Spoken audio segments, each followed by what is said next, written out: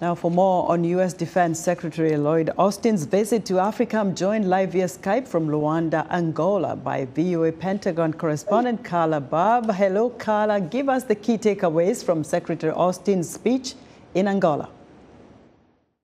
Good evening, Esther. There were a lot of key takeaways from the speech today, but the main point that he wanted to push during his speech was that Africa is important and Africa matters. The future of the entire globe is connected to the future of Africa. The Secretary spent a lot of time laying out the plan that the United States would bring to this country of Angola, particularly saying that they would be a partner and equal, and also trying to say that they wanted to build that military-to-military base.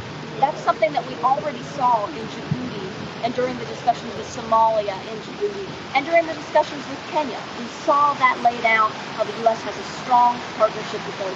But they want to build a partnership with Angola as well. And they said, they took a slight at Russia and the Wagner Group during the speech. Secretary Austin said that the United States would never take our partnership for granted. Africa deserves better than outsiders trying to tighten their grip on this continent.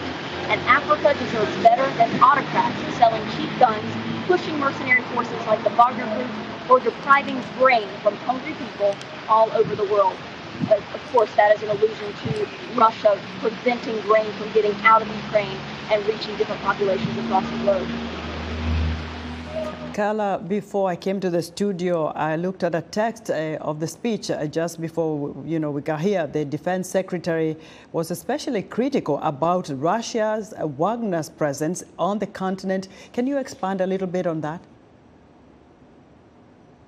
Well, yes, he was very critical with Russia, taking that swipe at the Wagner Group, also saying that the United States wanted to look at them as equals, and he said other countries may see African countries as proxies, but we see them as partners.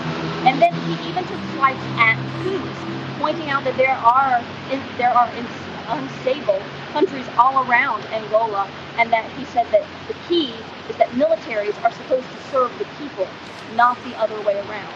And I'll tell you one of the most personal moments of the entire speech was when he talked about his connection to Africa and how he said that democracy is something that works for the people, even though it's not perfect. As you know, there are people who were enslaved in Angola centuries ago and taken to the United States. And he told the audience, he says, I stand in front of you today. I am a child of the segregated South in the United States.